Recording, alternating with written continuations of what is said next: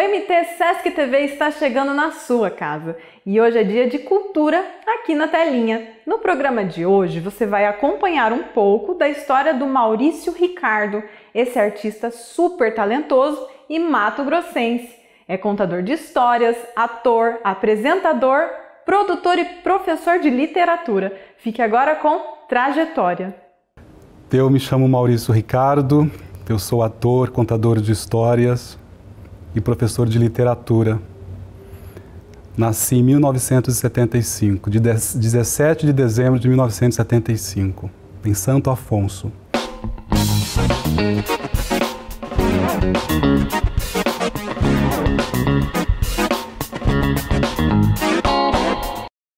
Na época, Afonso era um distrito de Arenápolis. Hoje é um município, ainda pequeno, né? Mas no meu registro aparece lá, que eu nasci em Arenápolis. Na verdade, eu sou de Santo Afonso e gosto de reforçar isso, porque as minhas origens estão lá, né? Toda a minha história, a minha infância com a natureza, com as águas, enfim, com os pássaros, o convívio com o rádio, vem tudo de lá, desse período. Então eu fiquei em Santo Afonso até os 10, 11 anos. Depois eu vim para Cuiabá para estudar.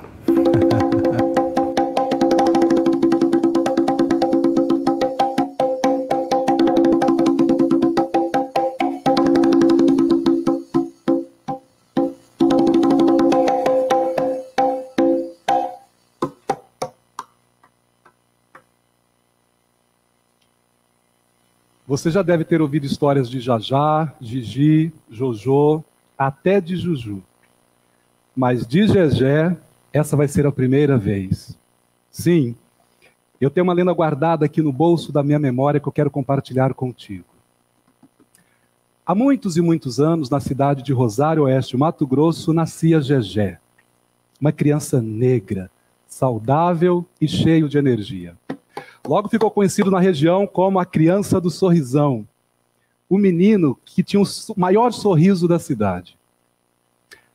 Mas infelizmente essa alegria durou pouco, porque Gegé ficou sozinho no mundo, sem pai, sem mãe, sem ninguém. E uma tarde, ele estava à beira do rio chorando, pois sentia muita falta de seus pais, e lá do alto, acima das nuvens, Oiá, a senhora dos raios, a mãe do entardecer, tudo observava. E ela estava decidida a cuidar do destino daquela criança, mas não podia aparecer para ele em forma de orixá. Então, disfarçou-se de uma velha senhora e foi até ele. Fazia um lindo entardecer. Lá em Afonso, a gente não tinha televisão, né? Imagina, às vezes a gente ia para um garimpo, meu pai foi garimpeiro, minha mãe lavadeira, então a gente ia para os garimpos, né? Tempo de férias, quando dava, e não tinha televisão, a gente brincava fazendo boizinho do que tinha ali, né? Para a gente brincar. E a gente ouvia muito rádio, tinha um programa da tia Leninha, da Rádio Nacional da Amazônia, que a rádio existe até hoje e ela pega assim sabe, pensa na roça, da roça, da roça, a rádio chega. Então a gente ouvia o programa da tia Leninha, que era o maior sucesso. Então eu acho que vem daí, né, dessa escuta apurada. E eu lembro também que os garimpeiros, à noite, eles contavam histórias para mim. Eles gostavam muito do meu pai. E aí eu acho que por conta disso, por ter uma criança ali no meio daqueles garimpeiros, né, sem muita ludicidade, alguns acabavam contando histórias. E eu lembro muito desse período, né? Eu lembro das histórias, da voz daqueles garimpeiros. Eu acho que vem daí, desse momento. A minha graduação é em letras, né? Então eu falo assim que, assim como a UFMT foi a minha graduação em letras, o Sesc Arsenal foi a minha pós-graduação em teatro, em literatura, né? Aqui eu entrei em contato com as mais variadas vertentes em teatro, em gêneros. Aqui a gente recebeu os maiores nomes do teatro nacional, internacional. Então eu entrei em contato com grandes espetáculos. Eu jamais teria condições financeiras de viajar e assistir esses espetáculos. né, de fazer os cursos de literatura, de dança. Então a gente não teve só gente de teatro aqui, né, gente importante que eu falo, né, mas da dança, do circo, da literatura. Nossa, meu Deus do céu, quanta coisa a gente viveu aqui, quanta coisa a gente trocou e muitas experiências, muitos aprendizados, né? Eu passava o dia aqui pesquisando, se a gente precisava de um texto de teatro, a gente recorria ao banco de textos, né? À biblioteca especializada. Se precisava fazer uma pesquisa sonora, a gente passava horas e horas dentro do CDM. Enfim, a gente ainda assistia peças de teatro em vídeo, a gente ia se alimentando dessas referências, porque a gente não tinha uma graduação, né, de artes cênicas. Então estava tudo aqui. Então aqui foi a minha casa artística e continua sendo, mais de 20 anos, né? Então aqui eu pesquisei, aqui eu ensaiei, aqui eu montei muitos espetáculos, né? Vinha muita gente de fora e que acabava nos instigando, nos incentivando, né? Aqui eu montei, por exemplo, Desutilidade Poética, do Manuel de Barros. Eu não conhecia Manuel de Barros. Fui conhecer aqui, que eu participei de um projeto curto, né? E depois eu senti a necessidade de transformar no espetáculo. Esse espetáculo tem mais de 23 anos, né? Então eu falo que a minha vida está aqui, minha vida artística foi construída aqui, né? Claro, eu tive um período lá na Escola Técnica, no Ânima, né? Um período muito importante, com Gilberto Nasser e toda a galera, mas eu falo que a pós-graduação mesmo acho que aconteceu aqui, né? Então eu sou muito grato ao Sesc, muito grato a esse espaço. Magicamente brotará, mais evidente que o ar, mais do que mágica, mais eu imaginava. Se deixo pista no meu caminho, já não há mais ilusão. Deixo cair sementes da minha mão. Bom dia, e mundo meu, canção do sol que nasceu. Bernardo me ensinou. Para infantilizar formigas é só pingar um pouquinho de água no coração delas. Achei fácil. Manuel de Barros. Então, assim, o que me tem motivado ultimamente é falar daqui, né? Eu tenho muito me inspirado no nosso povo, na nossa gente. Então, assim, nessa minha trajetória de contador de histórias, que não é muito longa, né? Eu sempre vinha mais trabalhando com o teatro.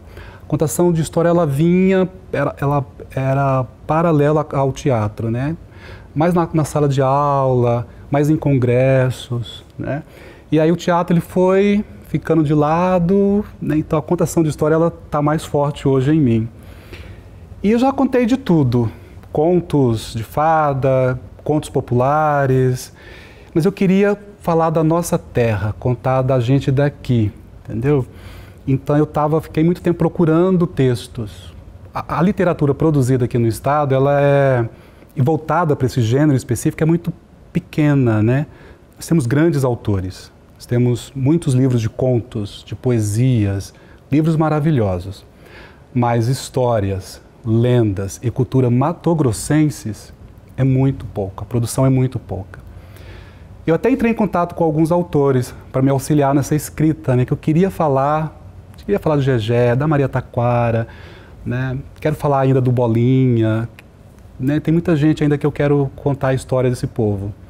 Mas aí, assim, as discussões não avançaram, mas aquilo me perseguia, né, contar as nossas histórias negras, né, falar da nossa riqueza cultural, da nossa riqueza étnica, e eu queria falar isso para o jovem de hoje, para a criança de hoje, né? E aí veio a pandemia, e eu fiquei muito... Porque o artista, ele sobrevive do encontro, da troca. Eu até posso ensaiar em casa, eu até posso pesquisar em casa, mas para levar para o ensaio, né? Para trocar com os colegas, com a galera. Mas na pandemia a gente não teve escolha, né?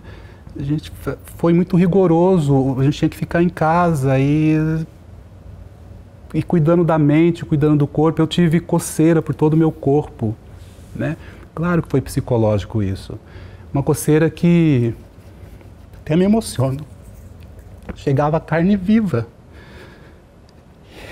E sem poder sair, sem poder trocar com os amigos. Foi muito difícil. O que eu vejo aqui, uma criança de bom coração, que tem um espírito guerreiro. Há muito tempo eu procuro uma criança como Bosmicê. Queres fazer parte da minha família? Quero. Queres ser meu filho? Quero sim. Então venha cá e me dê um abraço forte, apertadinho. Isso! E a partir de hoje, Bosmicê será um príncipe. Um príncipe, sim. E eu vou cuidar do seu destino com muito amor e carinho, meu príncipe. E a partir de hoje, Bosmicê será conhecido como Gegé. Gegé de Oiá. Obrigado, minha mãe. Obrigado por ter me encontrado. E, gente, e no colo da sua nova mãe, Gegé voltou a sorrir novamente, voltou a ter um lar, uma família, voltou até para a escola. Mas tinha uma coisa que ele sentia que não estava certo na vida.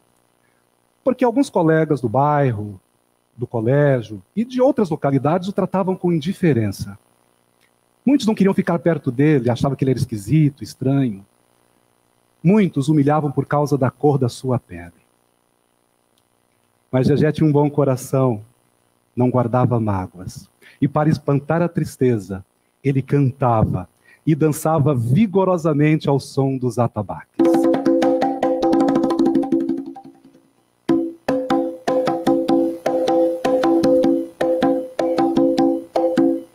Deus e Nossa Senhora, é hora de rezar. Vamos acender vela, nega. Vamos dar uma pausa na conversa para o nosso intervalo comercial. Mas já já tem mais, não sai daí!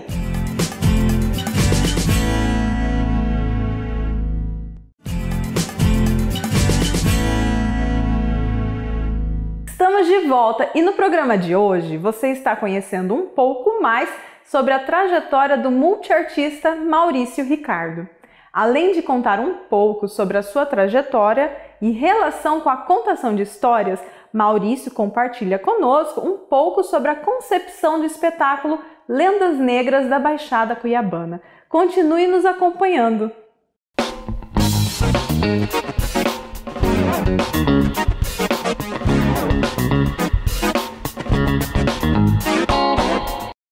Vivi à beira do rio Cotipó, descia até o rio Cuiabá. Eu sou rainha das águas, ariranha do Pantanal. Eu sou rainha das águas, piranha do Pantanal. Vivi à beira do rio Cotipó, descia até o rio Cuiabá. Eu sou rainha das águas, ariranha do Pantanal. Eu sou rainha das águas, piranha do Pantanal. Lancei as calças compridas, veja você, meu amor. Falaram tanto de mim, me botaram na Praça dos Camelôs. Carmen Miranda do Cerrado eu sou, a trouxa é o meu tabuleiro. Minhas zumbeiras são as calças compridas, meu tamanco é chinelo de dedo. De dia Maria Taquara, de noite Maria também. De dia Maria Taquara, de noite Maria meu bem. De dia Maria Taquara, de noite Maria também. De dia Maria Taquara, de noite Maria meu bem.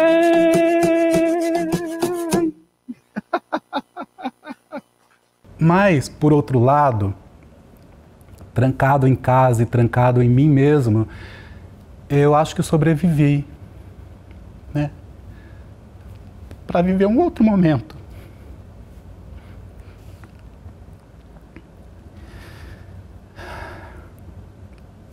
E aí vieram os editais, que eu falei, puxa, eu acho que vai ser uma oportunidade de a gente voltar a produzir, né? Voltar a fazer teatro, voltar a fazer arte.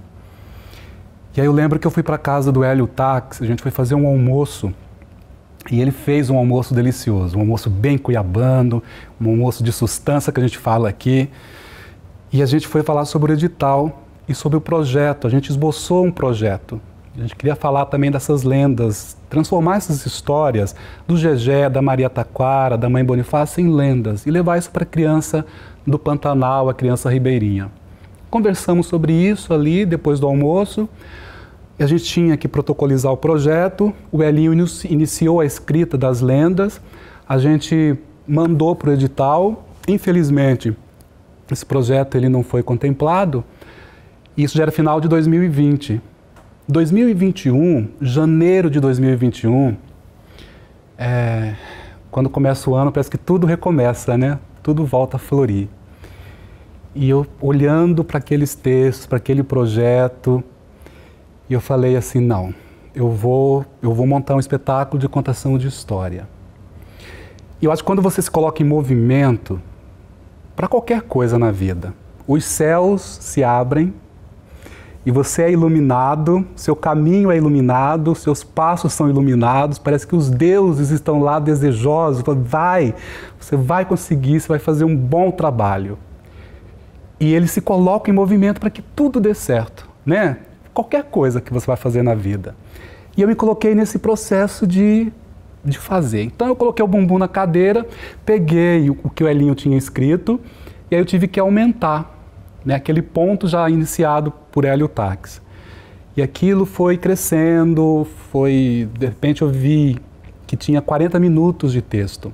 Falei, então agora já dá para fazer alguma coisa com essas lendas, com essa escritura. Então, foi difícil esse momento de escrita, porque eu nunca tinha escrito, né? Muito menos lendas. Então eu achava que não estava bom, que era ruim, eu achava que aquilo não ia caber na minha boca, no meu corpo. Então, no segundo momento, eram os ensaios. Aquilo tinha que estar em mim, sair da minha boca com naturalidade, de verdade, né? E foi muito difícil. Eu lembro que eu tive que criar estratégias, sozinho em casa, pandemia no auge. Eu falei, bom, eu preciso ensaiar agora essa escritura, né? E aí eu criei estratégias, eu acordava às 4 da manhã, tomava água, fazia o meu café, ia para o quintal de casa, tomava o café, depois eu limpava toda a casa, eu achava que eu tinha que limpar a casa para começar o trabalho do dia. Então 5 horas a casa estava fresca, limpa, eu saía para a caminhada, para o Zé Bolo Flor às 5 da manhã, voltava da caminhada, tomava banho, fazia minha meditação. Isso eu faço até hoje, né? Só não estou acordando mais às 4 horas da manhã, acordo às 5, mas a meditação continua, essa rotina continua. E aí às 8 horas eu começava os ensaios, e aí eu dividi em 3 partes, a leitura das lendas que eu tinha escrito, a memorização da sequência narrativa e, por último, a apresentação para mim mesmo. Isso eu fiz com cada lenda. Isso foram 3 longos meses, sozinho ali em casa, nessa rotina. E às vezes eu achava que não estava bom, desistia, voltava para a escrita e refazia tudo. Menina, foi um processo longo. Nos tempos de escravidão, lá para as bandas de Barão de Melgaço, existia uma grande fazenda. Era tão grande, mas tão grande que se perdia de vista. Lá criava-se de um tudo, bois, cavalos, porcos, galinhas, todo tipo de criação. Eram terras muito ricas, se extraía ouro, diamante, terras muito generosas. Tudo que se plantava nascia e florescia como um milagre. E terras de muitas águas, de muitas baías. Ali passava um grande rio de águas profundas, caudalosas, chamado o Rio Cuiaverá. Nesse rio pescava-se o pintado, a piraputanga, o pacu. Era tanto tipo de peixe, era tanto peixe que ninguém perecia de fome. Dizia-se que essa região era o paraíso na terra. À noite tinha-se o céu mais profundo do mundo, um mar de estrelas. O luar convidava-nos a passear pelo cerrado. E os bichinhos noturnos faziam suas cantorias, iluminados pelos milhões de vagalumes que piscavam sem parar. É o céu de Mato Grosso, pantaneiro, sim, senhor. Gente boa, gente humilde, e o coração cheio de amor. Rapadura, doce mel, lambuzava o guri. Aí eu coloquei as musiquinhas, né? Eu falei, eu acho que eu posso colocar sons, batuque, sonoridade. Então eu também inventei a escrever algumas letras das músicas do espetáculo. Algumas vieram numa sentada, por exemplo, o Céu de Mato Grosso veio numa sentada. A melodia e a letra, né? É o céu de Mato Grosso, pantaneiro, sim senhor, gente boa, gente humilde, coração cheio de amor. Veio assim numa sentada. A música das ervas, essa veio primeiro a melodia, né? Pam, pam, pam, pam, pam, pam, pam, pam, pam, pam, pam, pam, pam, pam, pam. Depois de um tempo, a letra. Mas eu tive presentes também. Carlinhos Ferreira, professor, produtor cultural aqui do nosso estado, ele tinha uma letra da Maria Taquara, que ele cedeu, uma letra primorosa. Tem também um poema da Jussara Natioli, que ela estava lançando o seu livro Chão Batido, ela me apresentou o livro antes da publicação, eu li alguns poemas, na verdade eu li todo o livro, mas alguns poemas me chamaram a atenção, eu musiquei alguns, e mandei, do reequilíbrio, mandei para ela, que ela gostou muito, chorou, mas eu não sabia que ia montar Lendas Negras, não sabia que ia fazer nada. Então essa música ela entrou no finalzinho do processo. Aí eu chamei o Daniel Baia, que é um músico sensível, que somou junto, né? Daniel Baia é um grande amigo. Então foi muito legal ver ele colocando os instrumentos nas músicas. E aquilo foi ganhando corpo, Karine, foi ganhando vida, né? A Jane Clitz, com o figurino que ela trouxe, um figurino que dialoga com as cores de Mato Grosso, com as cores da Mãe África. A Jane, ela é uma bruxa, né? Ela é uma fada, ela tem mãos de fada, ela consegue fazer maravilhas. Então ela também me presenteou com um figurino maravilhoso. Só faltava um detalhe, que eu não tinha onde estrear. Tudo pronto, eu falei, onde que eu vou estrear isso? 6 meses de pesquisa, de ensaio, e milagrosamente, lembra dos deuses? O Sesc me liga, este Sesc me liga, para que eu apresentasse aqui, estreasse aqui. Então, eu estreiei aqui neste palco, dia 10 de junho de 2021, com luz, um cenário, com figurino, tudo, é esse vídeo que está no YouTube, né? Então lembra que eu falei que quando vocês colocam em movimento, os céus ele se abre? Eu sou a prova viva disso, né? Então, e hoje, dia 31 de janeiro de 2022, né, que a gente está gravando esse vídeo, há 1 ano atrás, eu me colocava nesse processo de fazer. E para sobreviver também. Tudo isso.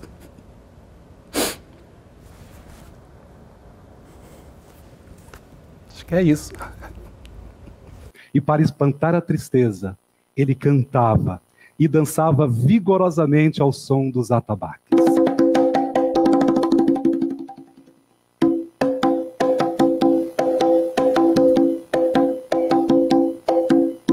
Deus e Nossa Senhora, é hora de rezar. Vamos acender vela, nega, vai esse menino mudar. Rezo pra mim, rezo pra ele. Esse filho é de se transformar, esse filho é de se transformar. Pense em tudo que fez, se arrepender e voltar. Aí nega faz obrigação de ajudar, nega faz de tudo que sabe, pra esse filho se ajustar, pra esse filho se ajustar. Vamos acender vela, nega, é hora de rezar. Vamos lá, eu de cá, vocês de lá, agora é só começar. Vamos lá, eu de cá, vocês de lá, agora é só começar. O Sesc Mato Grosso trabalha para valorizar e fomentar sempre as manifestações artísticas mato-grossenses. É uma honra para nós ser palco de tantas histórias, trajetórias de sucesso. O programa de hoje está chegando ao fim e você pode continuar nos acompanhando nas redes sociais. E hoje é dia da música ao vivo no Sesc Arsenal, hein? Confira a programação no @SescMT. Tchau!